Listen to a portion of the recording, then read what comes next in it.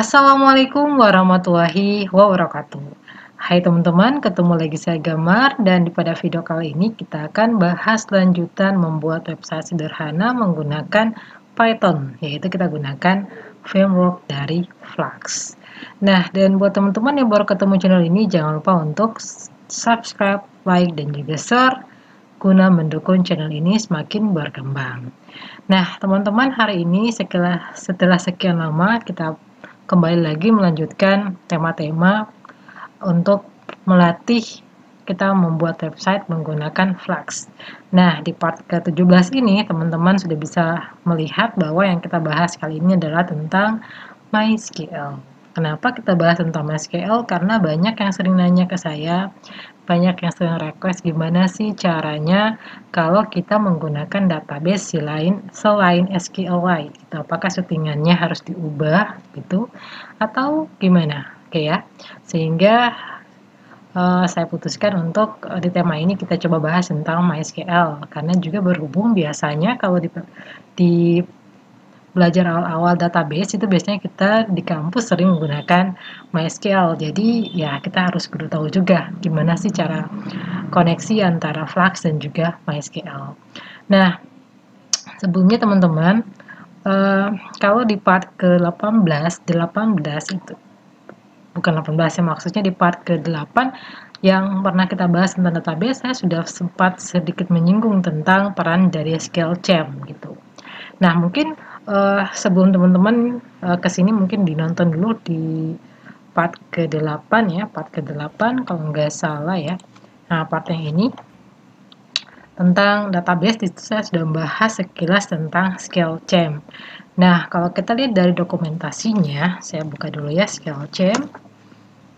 Oke, kita cek dulu dokumentasinya. Di sini, nah kita lihat sebentar ya. Nah, di sini ya benar ya, kita lihat bahwa SQL Champ ini mendukung beberapa database. Di antaranya adalah PostgreSQL, MySQL, SQLite yang sudah kita gunakan di latihan kita, kemudian ada Oracle dan juga Microsoft SQL ya. Jadi sudah tentu kita juga harus cek dulu versi yang disupport oleh SQL Champ itu apa saja. Di antaranya ada yang full testi, ada yang normal test, atau ada yang best effort. Nah, kita bisa paling bagus kita bisa menggunakan di versi yang normal support, yaitu di versi 5.6 ya. Dan kemudian kalau kita baca di sini, ini ada beberapa API yang disediakan untuk mensupport koneksi antara SQL Champ dengan MySQL. Di antaranya adalah MySQL Client, PyMySQL, dan sebagainya. Nah, kali ini kita akan coba menggunakan salah satu modul ini. Kemudian apalagi di sini, nah ini sudah ada dokumentasinya gimana sih cara koneksinya seperti ini. Di antaranya kita tinggal menambahkan MySQL plus PyMySQL, kemudian ini nama user dari database kita, passwordnya, kemudian ini hostnya, dan ini nama databasenya. Oke, tanpa basa-basi kita lanjut saja untuk praktikum ya. Dan sebelumnya kita pastikan dulu ya, di sini kita punya dua modul yang harus sudah ada. Yang pertama kita punya PyMySQL dan kemudian kita gunakan exam. Nah, kebetulan di sini exam yang saya gunakan versi lama ya, yaitu versi 3.22. Kalau kita cek di sini sebentar. Localhost. Ini kayaknya masih MySQL-nya tuh, oh sebentar. Kita start dulu. Kita cek versi MySQL-nya ya. Oke.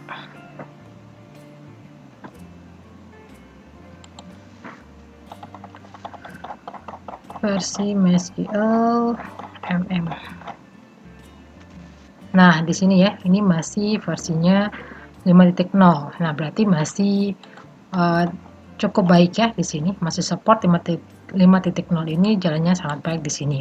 Jadi silakan teman-teman, silakan bisa samakan dengan versi exam saya atau silakan cari aja versi exam yang supportnya 5.6 atau 5.0 ke atas ya. Nah, oke, mempersingkat waktu, kita langsung saja untuk praktikum.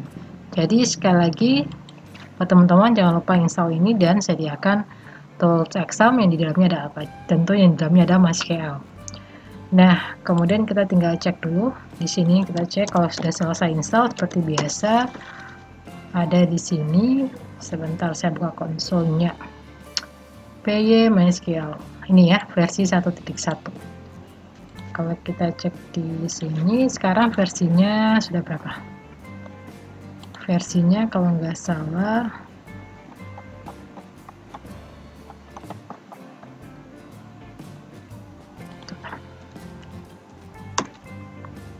1 titik berapa sekarang ya? 1.02 ya.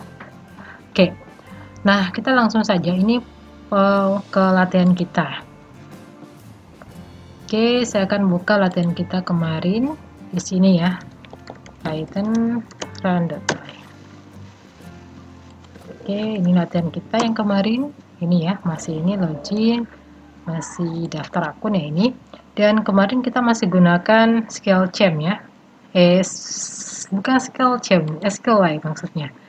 Nah, kita tinggal lihat database-nya dulu. Di sini kita ambil. Nah, ini database kita yang kita gunakan SQLite. Ada dua tabel, yaitu T mahasiswa dan juga T pengaduan. Kalau kita buka di filenya di sini, berarti di mana? Oke, kita buka filenya dulu. Kita mana? Sini ya. Yang ini kita sini. Oke. Nah, ini kalau kita lihat tabel kita ada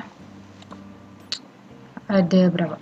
Ya, ada dua ya. Ada T mahasiswa dan juga T pengaduan. Oke, sekarang kita akan membuat nge-generate ini ke dalam MySQL. Nah, yang pertama yang kita lakukan adalah setelah melakukan penginstalan atau kita install PY MySQL tadi, langkah selanjutnya adalah kita import filenya di sini.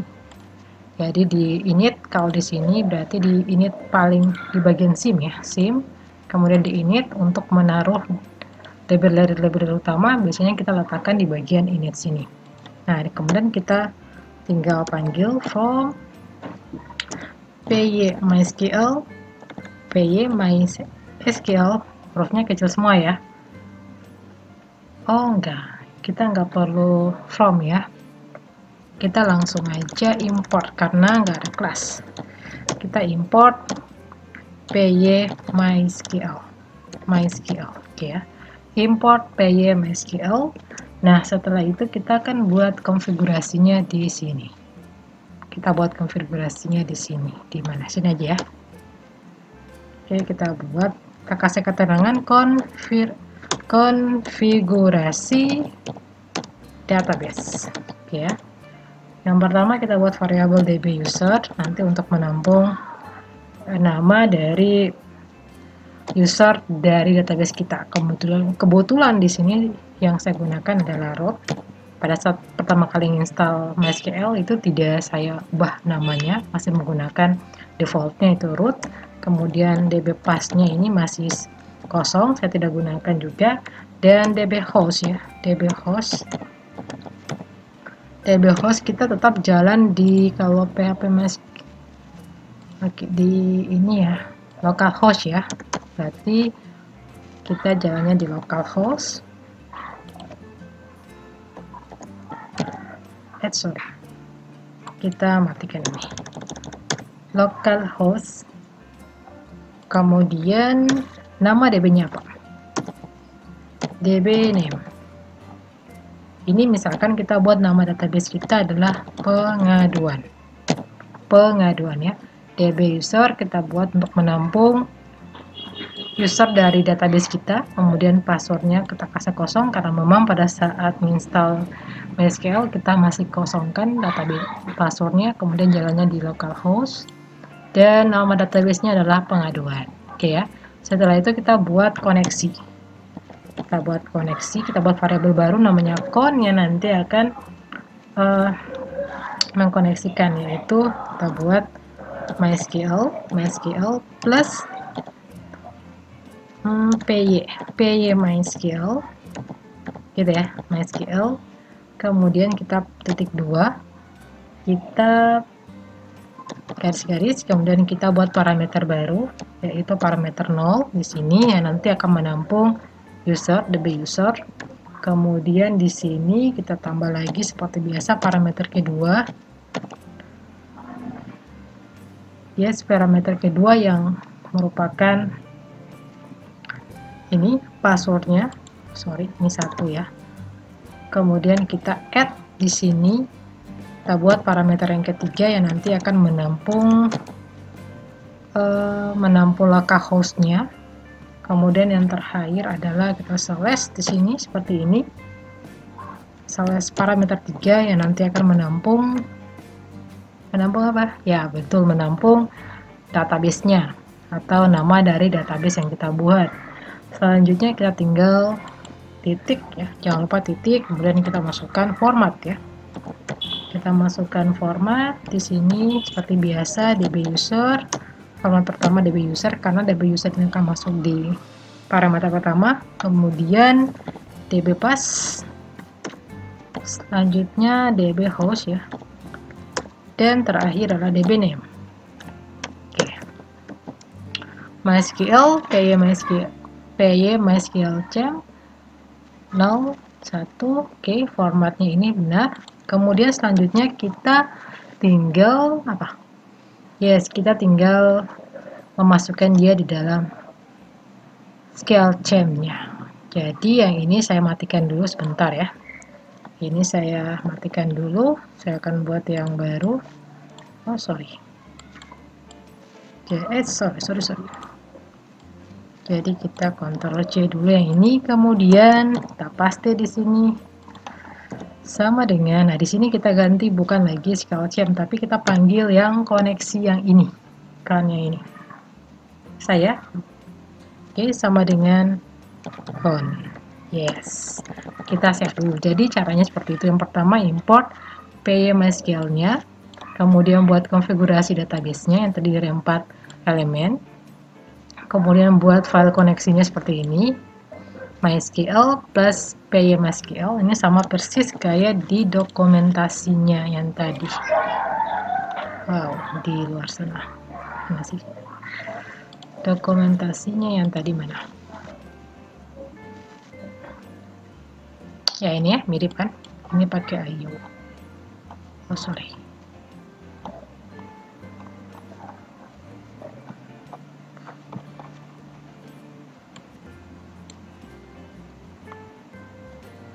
MySQL. Nah, seperti ini. Oke ya, MySQL plus PY MySQL. Nah, setelah itu kita tinggal panggil di SQL champ-nya seperti ini. Oke ya, sudah. Nah, langkah selanjutnya adalah tinggal kita buat nama database atau kita buat sebuah database baru di phpMyAdmin dengan nama pengaduan. Saya copy ini aja, Ctrl C. Saya buat yang baru, ini sudah jalan semuanya. Oke, kita ke localhost-nya ya. phpMyAdmin. Ini, sorry. Yes. Localhost phpMyAdmin. Nah, kemudian kita buat yang baru, database baru di sini. Kita buat nama pengaduan ini tetap sama, dibuat-buat. Oke, sudah.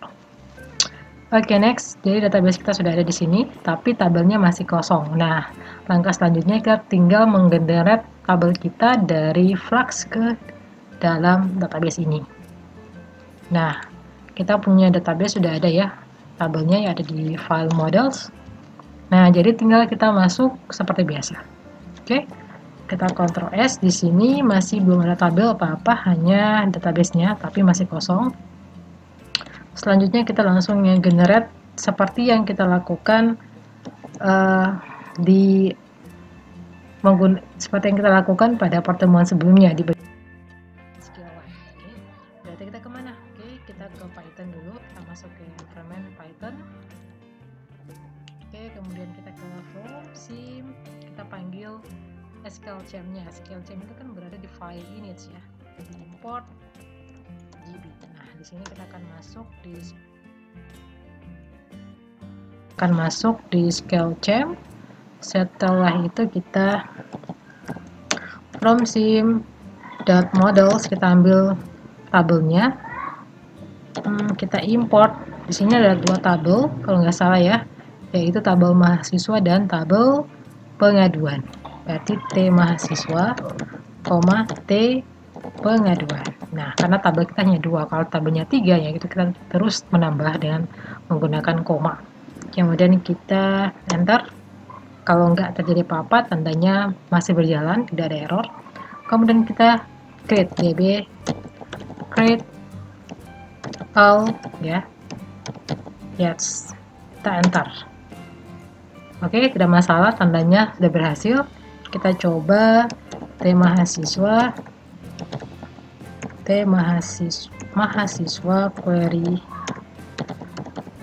query all ya. Nah, datanya masih kosong. Oke, sekarang kita ngecek apakah berhasil nggak tabel kita di-generate di PHP MyAdmin atau di MySQL-nya. Oke, kita ke browser, kita refresh pengaduan kita. Nah, di sini sudah ada 2 tabel, tapi datanya masih kosong ya. Oke ya, sudah generate 2 tabel yang baru. Nah, langkah selanjutnya, apakah masalah? Soalnya kita sudah buat CRUD yang kemarin, apakah datanya bermasalah apa tidak gitu. Oke, kita coba aja langsung, tidak menambah konfigurasi lagi, kita langsung aja, saya Ctrl Z dulu, kita jalankan Python kita, py, kemudian run.py. Oke, sudah ya. Kemudian kita buka latihan kita yang kemarin. Oke, kita coba registrasi. Oke, kita coba login, kita coba daftar akun.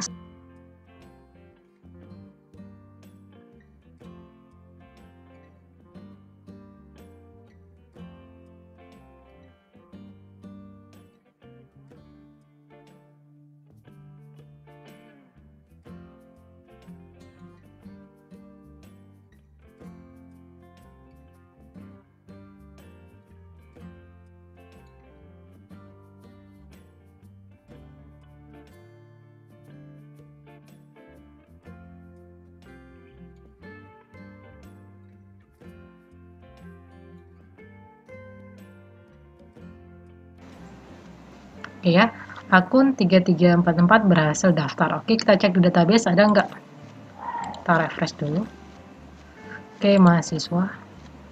Nah, sudah ada satu data tambahan baru di sini.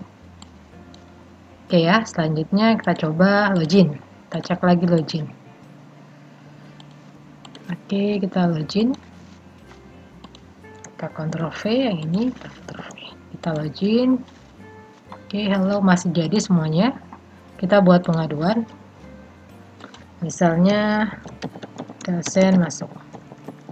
Misalnya jadwal. Kemudian di sini pelayanan. Misalkan jadwal sharing tabrakan dengan praktikum. Oke, kita kirim. Oke, data berhasil masuk. Kita cek di sini di MySQL kita. Kita cek di pengaduan. Oke. Nah, udah muncul satu ID jadwal dosen, kemudian tanggal postnya masuk ID-nya 1. Jadi gak ada semuanya jadi ya. Jadi konfigurasi yang kita lakukan hanya di bagian sini. Jadi kita tidak perlu menambah sesuatu. Kita cukup hanya membuat konfigurasi yang ini. Oke, sangat mudah teman-teman, tanpa kita mengganti lagi di CRUD-nya atau di tempat lain. Oke, video kita sampai di sini dulu. Apabila teman-teman memiliki pertanyaan, masih bingung dan sebagainya, silahkan di komentar. Kurang dan lebihnya saya mohon maaf. Wassalamualaikum warahmatullahi wabarakatuh.